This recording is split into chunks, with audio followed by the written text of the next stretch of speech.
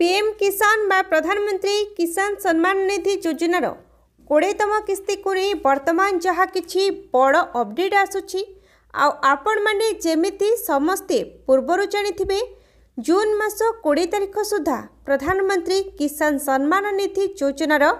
20तम किस्तीर टंका बैंक खाता रे डीबीटी माध्यम रे पठा जाई थांता। सारा देश में 12 कोटी ऊर्ध्व हिताधिकारी मानक बैंक खाता को 24,000 कोटी टंकारु ऊर्ध्व टंका प्रधानमंत्री मोदी जी द्वारा डीबीटी माध्यम रे पठा जाई थांता। आम ओडिशा रे भी जेतिकी हिताधिकारी अछंती एथर आउ किछि नुआ हिताधिकारी सामिल होछंती जेउ मानकु प्रधानमंत्री सम्मान योजनार किस्ती टंका मध्य पठा जाई थांता किंतु किछि नूतन प्रकल्पर शिलान्यास जोगु ताहा पठा जाई पारिला नाही।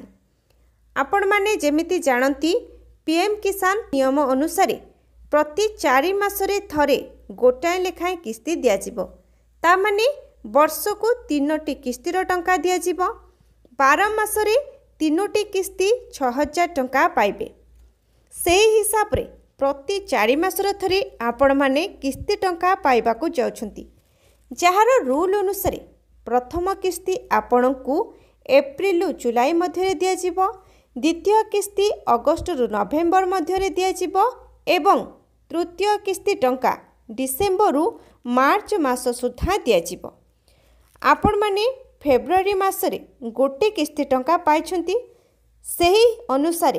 4 मास धरिले जून मासरे आउ गोटे किस्ती टंका पाइबा कथा किंतु किछि प्रकल्पर शिलान्यास जोगु ताहा आपण माने जून 20 तारिख रे पाई पारि नाहंती ता माने एही मास शेष सप्ताह रे किंबा जुलाई मासर प्रथम सप्ताहर आरंभ रे